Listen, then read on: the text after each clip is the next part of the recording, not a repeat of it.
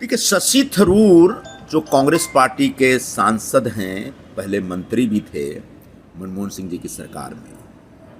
इस समय भारत सरकार ने जो 7 संसदीय प्रतिनिधिमंडल भेजा है अलग अलग देशों में, उसमें से एक प्रतिनिधिमंडल का वो नेतृत्व कर रहे हैं, लीड कर रहे हैं।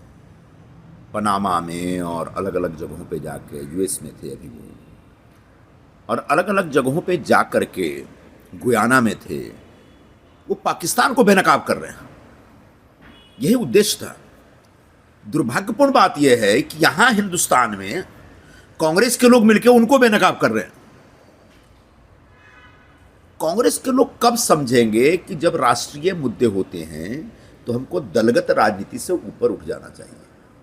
शशि थरूर कांग्रेस के तमाम नेताओं से ज्यादा एक मैच्योर्ड लीडर के तौर पर उभर करके आ रहे हैं। उन्होंने जो ऑपरेशन सिंदूर हुआ, जिसके तहत हमने पाकिस्तान के आतंकवादी ठिकानों को नष्ट किया, उनके एयरबेस को बर्बाद किया और पाकिस्तान को तबाह कर दिया, और हमने पहलगाम में जो आतंकवादी हमला हुआ था उसका बदला लिया। हमारी माताओं बहनों के जो सिंदूर पूछे गए थे उसका बदला लिया हम लोगों ने, उनके 100 आतंकवादियों को मार के।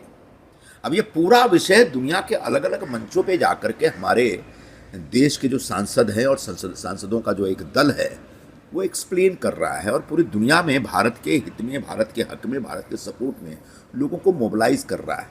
यह एक राष्ट्रीय अंतर्राष्ट्रीय स्तर का बहुत बड़ा पावन, एक पवित्र किस्म का काम हो रहा है। और ऐसा काम अगर शशि थरूर को सौंपा गया कांग्रेस के विरोधी पक्ष भारतीय जनता पार्टी की सरकार की तरफ से, तो मुझे लगता है कांग्रेस को बहुत खुश होना चाहिए। कांग्रेस को, बीजेपी को धन्यवाद देना चाहिए कि आपने हमारी प्रतिभा को पहचाना। लेकिन जिस तरीके से कांग्रेस के लोग शशि थरूर को बेनकाब करने में लगे हैं, शशि थरूर को बदनाम करने में लगे हैं, वो मुझे लगता है कांग्रेस पार्टी के अंदर जो व्याप्त एक कुंठा है, वो कुंठा अभिव्यक्त हो रही है।